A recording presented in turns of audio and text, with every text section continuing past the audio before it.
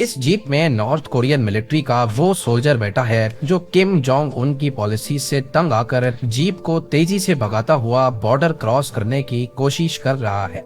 इसको अच्छी तरह मालूम है कि या तो ये मारा जाएगा या कम से कम जख्मी तो जरूर होगा। तो फिर ऐसी भी क्या मजबूरी हो गई जो ये इतना बड़ा कदम उठाने जा रहा है, इस बारे में आपको आगे चल के बताएंगे। लेकिन नॉर्थ कोरिया दुनिया का सबसे बड़ा जेल क्यों माना जाता है और यहाँ से जिंदा भाग निकलना आखिर नामुमकिन क्यों है? कोरिया से बगैर परमिशन के निकलना किम जोंग उन की नजर में गद्दारी है, जिसकी कम से कम सजा उम्र कैद और ज्यादा से ज्यादा मौत है। यहाँ तक के नॉर्थ कोरिया के अंदर भी एक प्रोविंस से दूसरी प्रोविंस बगैर इजाजत के जाना जुर्म माना जाता है। तकरीबन हर ऑर्गेनाइजेशन का मानना है कि दुनिया में सबसे बुरा human right record north Korea के पास है। यहाँ तमाम मर्दों को नॉर्थ कोरियन मिलिट्री में कम से कम 10 साल सर्व करना लाजमी है। फ्री स्पीच जैसी कोई चीज यहाँ मौजूद नहीं और जो भी मीडिया है वो स्टेट के कंट्रोल में है। ये दुनिया का वाहिद ऐसा मुल्क है जहाँ सजा उसको भी मिलती है जिसके रिश्तेदारों ने कोई जुर्म किया हो। 2009 में यहाँ 2 साल के बच्चे को भी उम्र कैद की सजा सुनाई गई, सिर्फ इस वजह से कि उसके पेरेंट्स के पास से बाइबल की किताब मिली थी, क्योंकि नॉर्थ कोरिया में किसी रिलीजन को फॉलो करना भी जुर्म माना जाता है। यहाँ बाहर की दुनिया से किसी फॉरेनर का आना भी काफी मुश्किल है और अगर किसी फॉरेनर को यहाँ आने की परमिशन मिल भी जाए तो उसके पूरे ट्रिप के दौरान साए की तरह उस पर नजर रखी जाती है और उसको सिर्फ उन्हीं जगहों पर लेके जाया जाता है जहाँ सिर्फ वो कुछ देखने को मिले जो हुकूमत दिखाना चाहती है। कई मर्तबा तो फॉरेनर्स को भी मार दिया जाता है अगर वो नॉर्थ कोरिया में कोई भी ऐसी हरकत करें जो लोकल लॉ के खिलाफ हो, जैसा कि ऑटो एम्बियर के साथ हुआ था। ये यूएस सिटीजन थे जिन्होंने 2015 में नॉर्थ कोरिया विजिट किया था। 2016 में इनको तब अरेस्ट किया गया जब उन पर इल्जाम लगाया गया कि उन्होंने अपने होटल रूम से गवर्नमेंट का प्रोपेगेंडा पोस्टर हटाया है। इस इल्जाम के लिए इनको 15 साल की कैद सुनाई गई, लेकिन एक ही साल के बाद ये नॉर्थ कोरिया के प्रिजन कैंप के अंदर ही कोमा में चले गए और उनको वापस अमेरिका भेज दिया गया।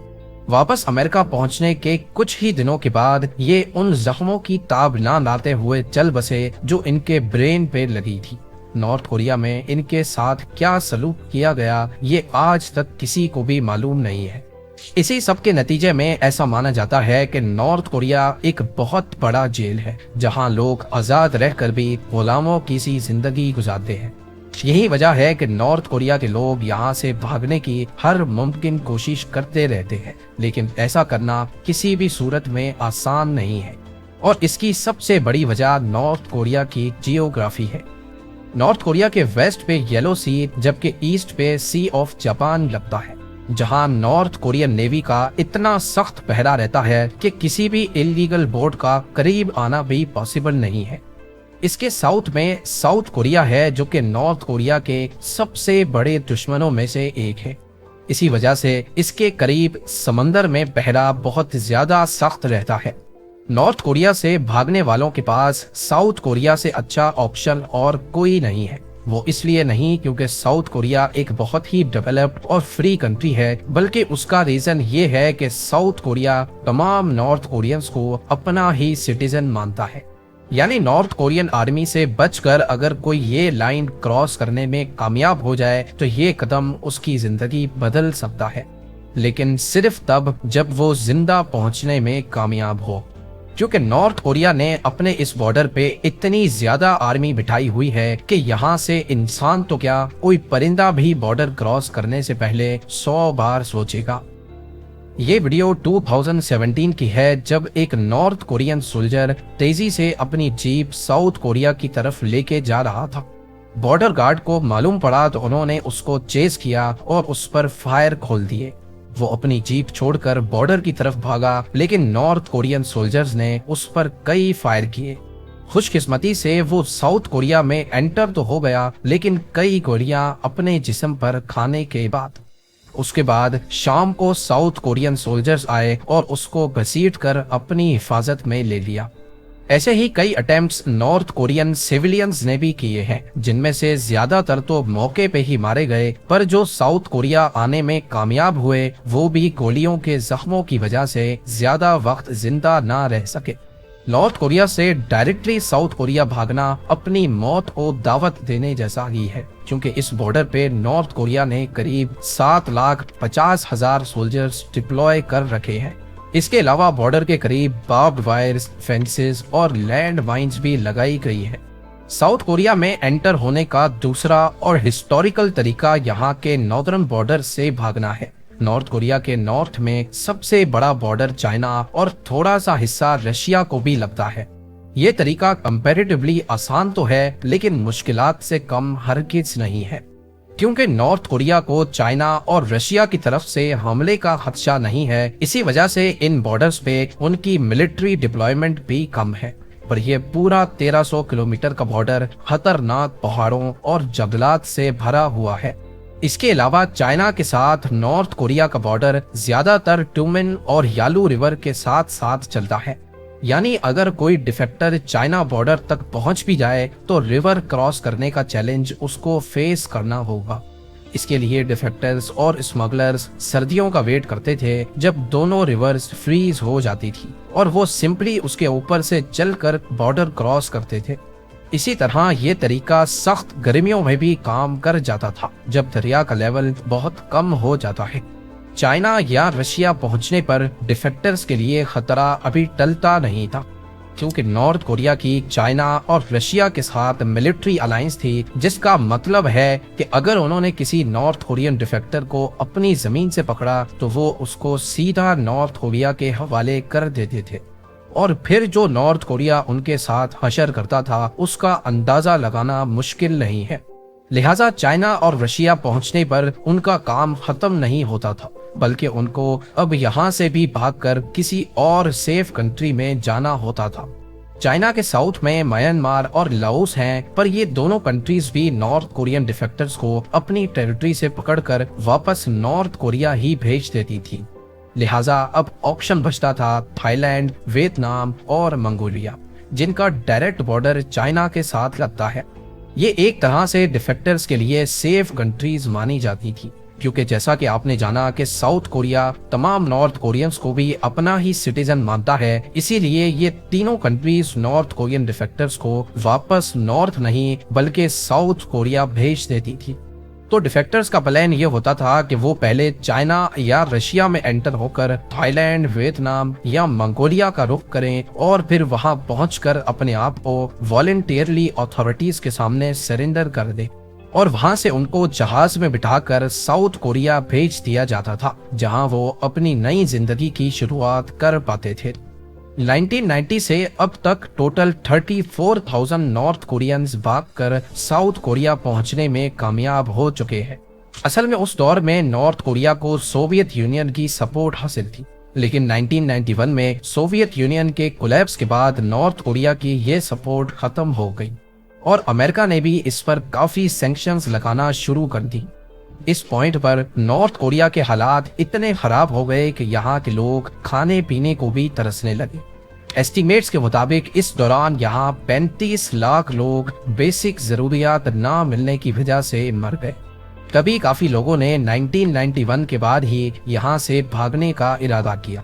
हर गुजरते साल नॉर्थ कोरिया से भागने वालों की तादाद बढ़ती ही चली गई, यहाँ तक के कहत साली खत्म हो जाने के बाद भी डिफेक्टर्स का सिलसिला बढ़ता ही चला गया, और 2009 में रिकॉर्ड डिफेक्टर्स नोटिस किए गए, जिनकी तादाद 3000 तक पहुंच चुकी थी। 2010 और 2011 में भी डिफेक्टर्स की तादाद ज्यादा ही रही, लेकिन फिर 2012 की स्टार्टिंग में कुछ ऐसा हुआ जिसकी वजह से डिफेक्टर्स की तादाद अचानक से 50% कम हो गई।